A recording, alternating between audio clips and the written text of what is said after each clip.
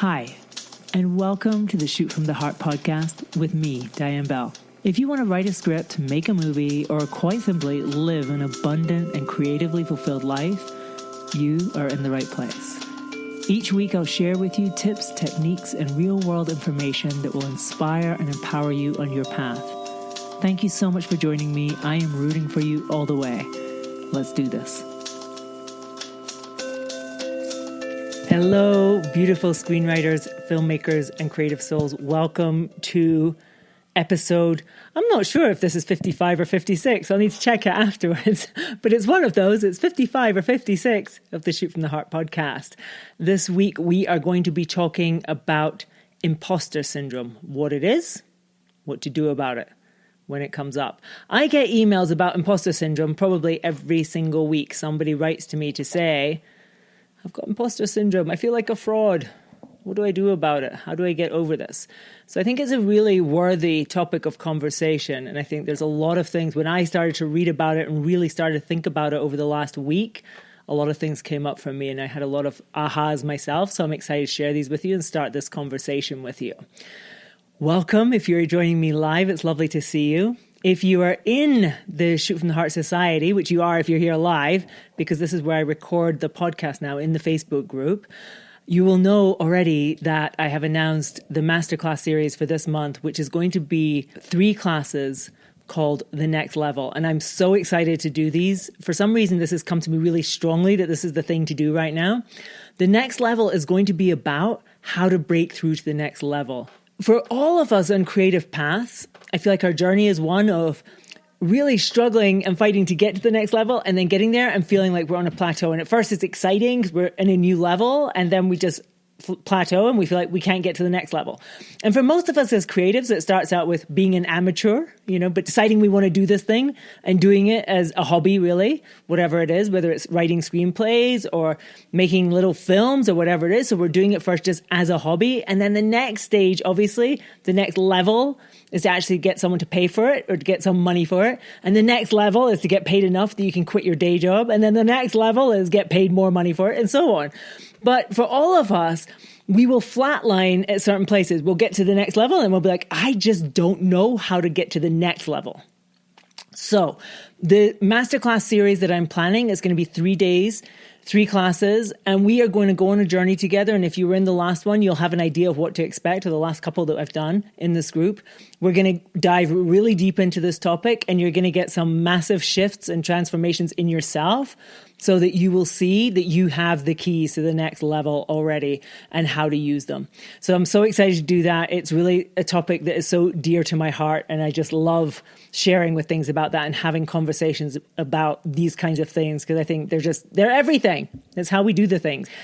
Okay, so let's dive into the subject for this week, which is the imposter syndrome. As I said, I get emails from people every week saying, I have this problem. What do I do about it? The first thing that I want to point out is that actually most of the people who write to me don't actually have the imposter syndrome. So this is like when we self-diagnose ourselves. And I think the imposter syndrome in common parlance and common usage has come to mean we are doing something and we feel like a fraud. It seems to be that's what most people understand it to be. We're writing screenplays, but we feel like a fraud. Therefore, we have imposter syndrome. Or we want to make movies, but we feel like a fraud. And so therefore we have imposter syndrome. And it's just worth pointing out, when I actually did the research this week on the imposter syndrome, that's not really actually what it is. Imposter syndrome, according to, and I've pulled up a definition here, which is from a mental health website. The imposter syndrome is actually an internal experience of believing that you are not as competent as others perceive you to be. And it's usually, it goes on to say, a situation in which you do have the competence, but you don't believe you have it. So you feel like a phony and a fraud, despite the fact that you're actually not, that you can do the thing. And so that's the imposter syndrome, the real imposter syndrome. What I feel like a lot of people write to me about, and a lot of people who think they have imposter syndrome, they feel like a phony and fraud because they're doing something new. And they feel then like, I'm an imposter because I'm saying that I'm a screenwriter, but I've never sold a screenplay.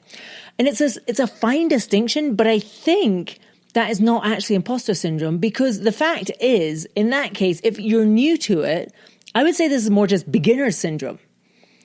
The truth is, whenever you do something new, you'd be kind of crazy if you felt really confident and like, oh, I really own this and I embody this and I've never actually done it before, but heck, I'm amazing at it.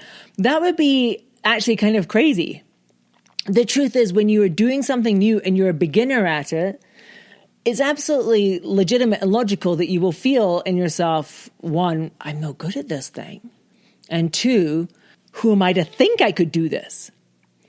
But that's not imposter syndrome, because actually it's logical and rational that you might feel these things, because one, you probably aren't very good at it, right? You might not be when you're a beginner. That's okay. You're learning. And two, the other question though, who am I to think I could do this? I think this is a problem, and I do want to talk about this. So we are going to talk about beginner syndrome. Suzanne said, I like that, beginner syndrome. Yes, we're going to talk about beginner syndrome, and then we will talk about real imposter syndrome. But I think they are different things. And I think it's interesting to really dig into what we are feeling and what we are experiencing. As I said, I feel like most of the people who write to me are actually fairly new to the thing. They say, I'm writing my first screenplay and I feel like an imposter, and I don't think I can say that I'm a screenwriter. And I think, well, that's okay. It will come with time. The truth is, when we do something new, it's frightening to us, and we do feel usually beset by some sort of doubt that we can't do it. It's perfectly normal to feel this, I think.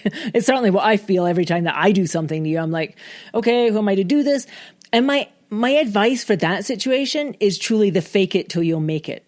And I think it's like being an actor. If we think about an actor when they embody a role, when they have become the character that they're playing, that doesn't happen in the first rehearsal.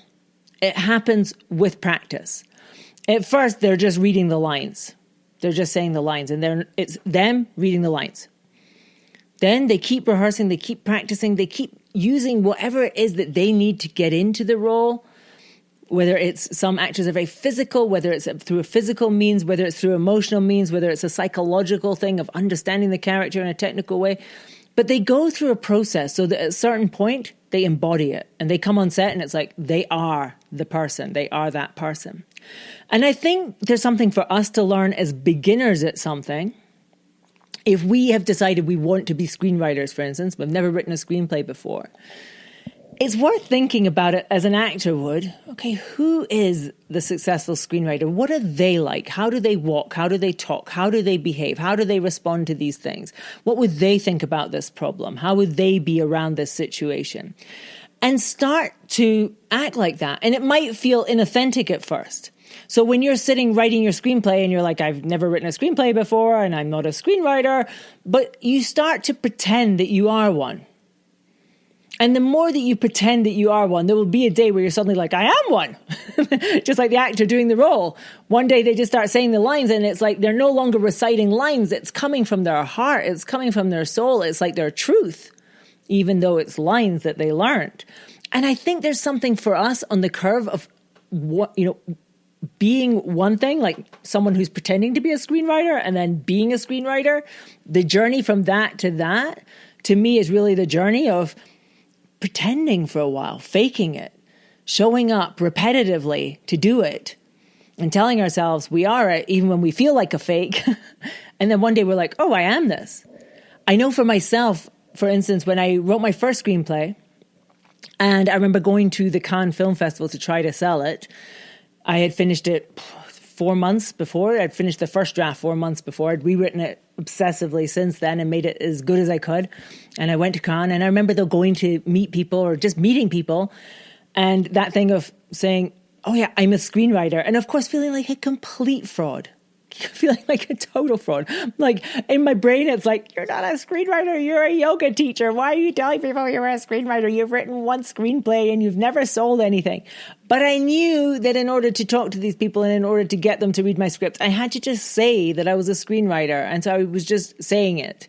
And I didn't feel it in my heart. I was faking the lines like a bad actor, just saying it because I felt that's what I should say, and I knew that's what the lines were, but they weren't from my heart at that point. It didn't feel authentic to me.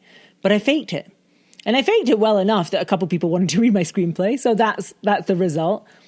And within a year, I'd sold that screenplay. And then I started to feel, when I would say to people I'm a screenwriter, then I start to feel legit. Because I'm like, it's become me.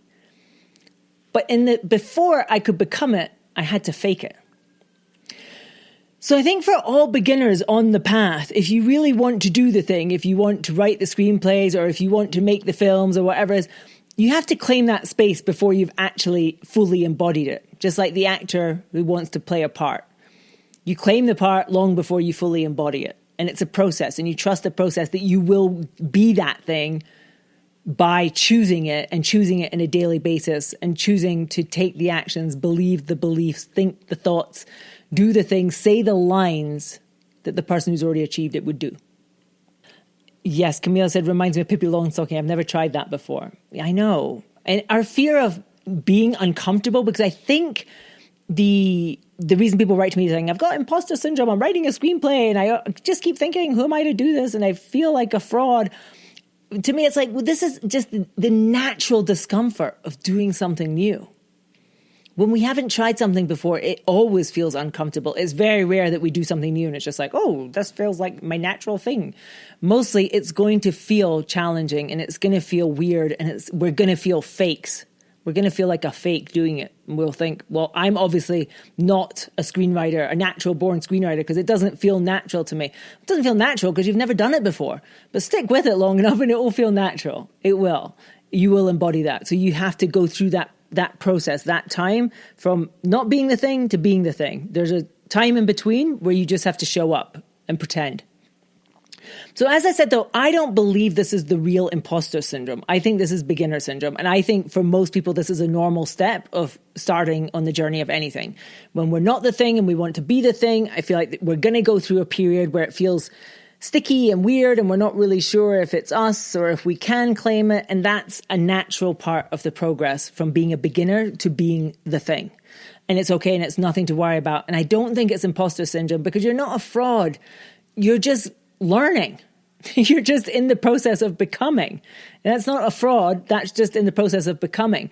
It would be a fraud actually if you felt totally natural at something that you had just started at, in a way. Does that make sense? And maybe some of you are like, but I do feel natural. And if you do, that's amazing. And I love it. And I'm happy for you. It's not been my experience with anything that I've done. Certainly not with screenwriting. Certainly not with making films, being a director.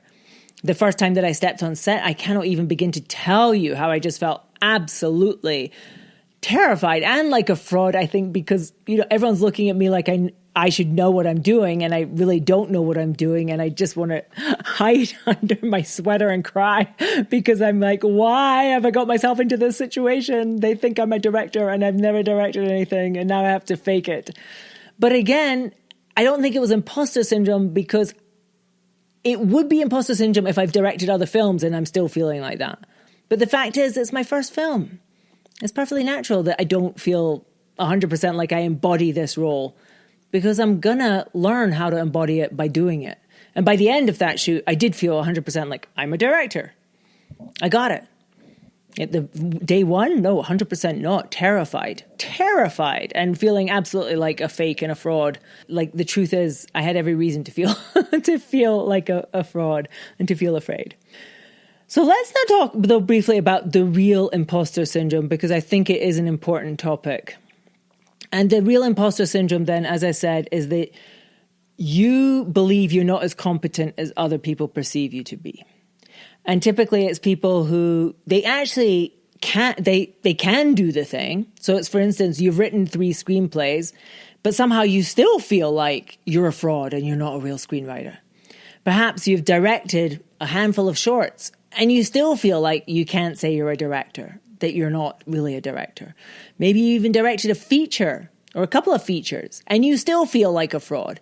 And to be honest, I think I did experience this kind of imposter syndrome after I had made my first film in quite an acute way. It did receive a lot of acclaim at the time. It was nominated, for instance, for 2 Independent Spirit Awards. And when I went to the award ceremony, and there I am, and I was with my manager came with me and a few people from the film. And we're sitting, my manager, he knows tons of people. So, I'm being introduced to all these people that I have admired for years, like Nicole Kidman and Annette Bening. And I'm like, oh my God. And I felt like such an imposter. And I did have this feeling of, how did I get here? And I don't really deserve to be here. I just made this tiny little film. And what am I doing here with people treating me in this way? And it was really quite an overwhelming feeling. Now, I think the imposter syndrome, and as I said, it's very interesting that it's mostly found in women and people of color, that we achieve things that are big achievements and that we don't feel worthy of them. We don't feel like we deserve them. We think people are going to discover that we're really not that good. And often the result of that, and what's really dangerous about this kind of imposter syndrome, is that we sabotage our results. We sabotage where we are because we can't deal with it. Allison said, my first script, the film commission offered me $1 million budget. I panicked. I didn't think I was worth that investment. Exactly. This is the kind of thing that I'm talking about with the imposter syndrome. But now I do. Long story, but film still not made. Yes, I feel this. And this is what I think is such an important conversation, because I think so many of us, we think we want certain things. We want to achieve the big goals. But when the goals start being achieved, we suddenly panic and think, I'm not worthy of this. And what will often happen in that moment is, because we feel not worthy of it, we find some way to sabotage it. I 100% was so guilty of this in the aftermath of my first film. I really, it was overwhelming to me. Of course, it had been my dream that this would happen for this movie. But suddenly when it was happening, and I'm going to these, as I said, like the Independent Spirit Awards, and I'm going to these meetings with these big companies, and, suddenly all these doors are opening for me everywhere. But I'm just sort of like, don't they realize who I am? I'm just this what am I doing here? I didn't really deserve this. I just got lucky. And this is the typical thinking of the imposter syndrome. I just got lucky. It wasn't really because of any talent that I have. It's not because I'm really that good. It's really just like weird luck that got me here. And now I'm going to get found out. And as I said, the danger of this and the devastation of this is that people who experience this will sabotage what is going on for them. And this is a big thing. So I think it's so important that we recognize it and you become aware of it, even if you haven't yet achieved the goals. If you are just a beginner and you're having beginner syndrome, that's cool. Now you know what to expect when you do actually make the achievements. For many of us, and I say especially women, especially people of color, when you do achieve the goal, you're going to suddenly go into this weird mode where you think you're not worthy of it anyway. I'm warning you now. A lot of us will. So I think the main antidote to this, and as I said, for me, honestly, it did really derail me in a pretty bad way. I became somewhat blocked. I became very nervous about what my next move was. I went from, before my movie premiered at Sundance, and before that, I was very clear about what I was going to make next. I was all excited about my next project already. And then when that happened, Sundance, suddenly I became much more sort of like, ooh, and I became afraid about what my next step was because I didn't want to make the wrong one. I became afraid that I would screw things up. All these kinds of things coagulated. And it meant that I didn't really, I pushed on with some projects, but probably not always the right ones. I was I lost my bearings for a while. I did eventually make my second film, but I feel that the second film came out of, it was very much reactive and not proactive. And it was still in this headspace of feeling a lot of fear about myself and what I was doing.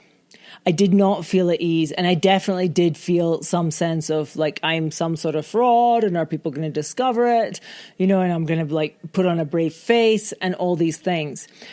One of the things that I've realized that is super duper important in order to combat this, and I invite you to start doing it wherever you are in your career, like if you're just starting out, it's a great time to start this habit, is to focus always on what you can do and to focus on your achievements rather than what you can't do and what you haven't done. And it's one of these little minor shifts. I have people all the time, they've finished a first screenplay, but they'll immediately already start talking it down. well, it's probably not very good and it probably won't sell and all the things that are wrong with it. What I would invite you to do early on is get into the habit of celebrating. Just celebrate. Celebrate every little achievement. Be joyful about everything and constantly take stock of how far you have come. When you build that as your path, and your path is then built of bricks of gratitude, bricks of awareness of how hard it was to get there, but how now you can put that brick in your path and more gratitude. I feel then you're building a solid path that won't lead you into imposter syndrome. The imposter syndrome arises because we keep thinking, well, actually, I'm not that good. I'm not that good. Everything that's happened to me is just because I got lucky. Everything that's happened to me is just because some sort of fluke. I tricked the people. But if you can make it your habit from an early stage to be like, oh, I have done this. I can't believe I did this. I'm so happy with myself. I'm so proud of myself. Many of us have been taught never to be proud of ourselves. I don't know about you. I was taught very much from an early age, be humble. Be humble. The company that I set up to make my first film, I called it Humble Films. So that's how deeply it was ingrained in me to be humble. And being humble means always downplaying your achievements. It's always like, oh yeah, it was good, but it was just this. It was just that. Does anybody else have problems here actually just accepting compliments? Like if somebody says, oh, you look nice today. And you immediately go, oh, I don't look that great. I've been really tired. Blah, blah, blah, blah, blah. That's a nice dress. This is just an old thing. Da, da, da, da, da. Does anyone else do this, or is this just me? Because I had this habit for years. I could not take a compliment. It was impossible. Because I felt like by taking a compliment, I was being selfish. I was being vain. I was being proud. I was not being a good, humble person. This was very deeply ingrained in me. And I think that this is how we end up with something like imposter syndrome. Because, of course, when we start to do good things and we start to be respected by other people because we've done good things, we can't take it. We're still pushing it away going, oh, it wasn't that good. It was just a little film. So it's really an interesting thing to perceive in yourself and just to go into for yourself. Because I think starting to cultivate the awareness that you can receive and that you are worthy, it's just a massive and essential step. And if you build your filmmaking and screenwriting career on that, on the sense that I am worthy, I can receive compliments, I am worthy of compliments, and it doesn't make me a bad person to receive compliments, I think if you can do that, you won't have an issue with imposter syndrome. You will be able to hold your own and grow in a healthy way in your career. But if you're somebody, and it's just interesting, I'm just going to note that there's a whole bunch of comments coming in here that are saying compliments can make me cry.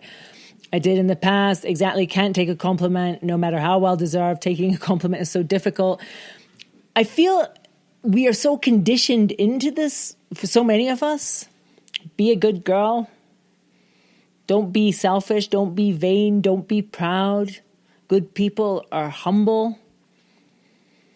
That we can't handle it when we do start to achieve big things and people are looking at us with respect and admiration and like, well done you did that. Well, we can't take it. We've been conditioned to go, well, don't look at me. It wasn't that good. It's just a little film. And downplaying it. And we're not able to step into the bigger place of going, thank you.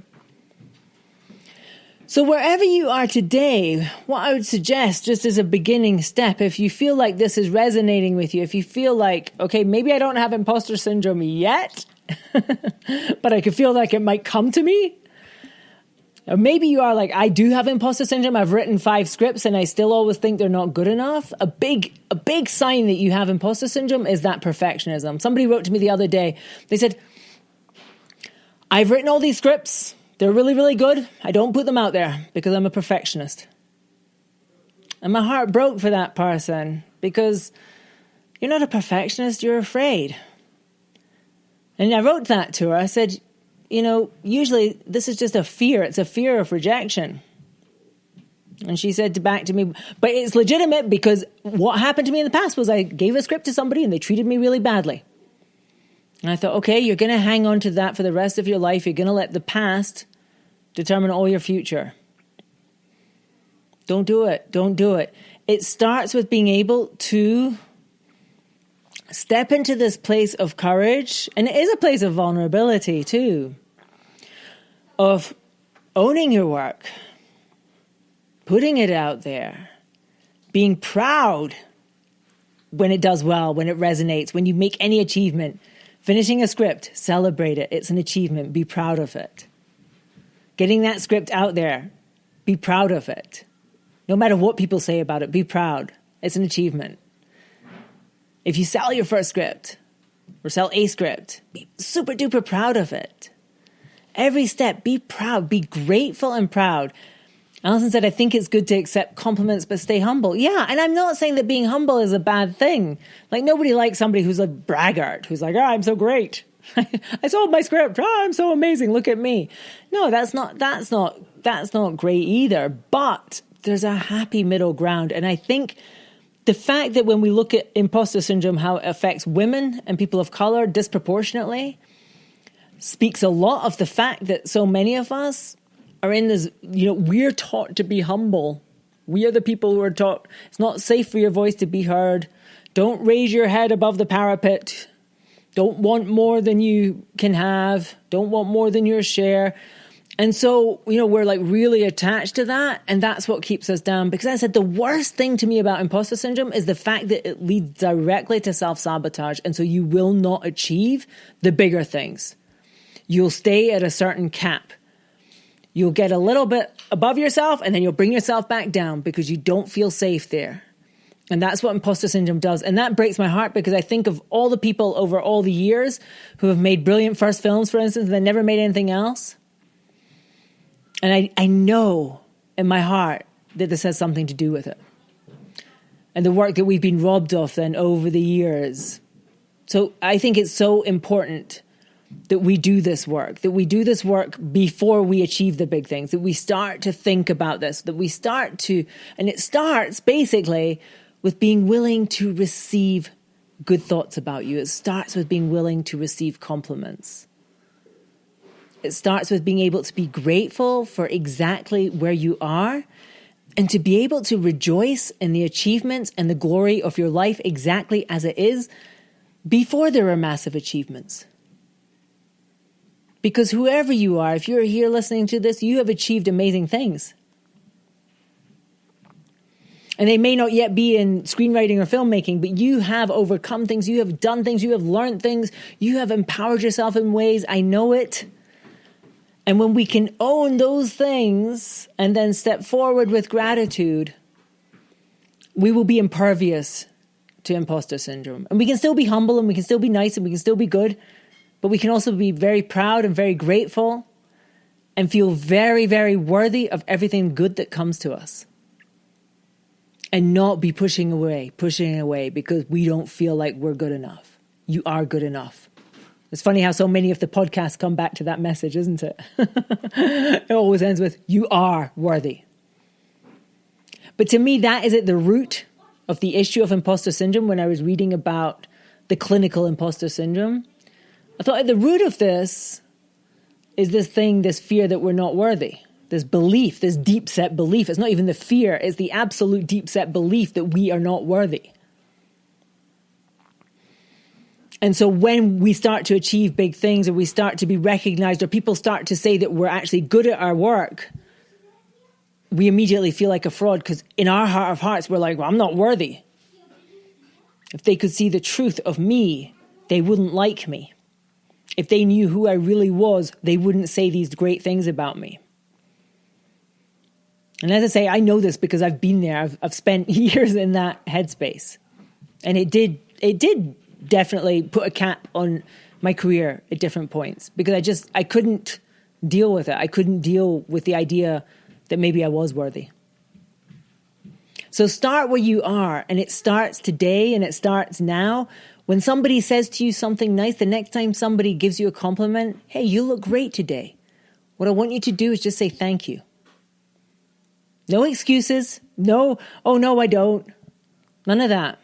Thank you. No, oh, so do you. I love your shirt. No. When somebody gives you a compliment, what I want you to do from this day forward is just receive it. Let it land, let yourself receive it and feel worthy of it. And if you start practicing at that level, just with little things, then you'll be in good place when the big things happen. Because if you stay on this path and you keep writing your screenplays and you keep putting them out and you keep making your films and you keep putting them out, the big things will happen. At some point, the big things will happen. People will be like, wow, that's a really great film. I want to give you awards. I want to give you more money for your next film. And I want each of you to be ready for that so that when that day comes, and it might be today, it might be tomorrow, it might be a year from now, it might be 5 years from now, but when that day comes, you don't fold with fear and think you're not worthy of it. You know you're worthy of it because you are. And that's what I've got for you this week. Thank you so much for joining me. I hope this has been helpful. It's funny how these podcasts, the themes end up being the same, don't they? Trust in your worth, friend. You are worthy. Your work is worthy. And when you build your career and your life on your worthiness, there's no limits to it. Thank you so much for being with me today. I know you have a lot of podcasts you could be listening to, so it means the world that you chose to play this one.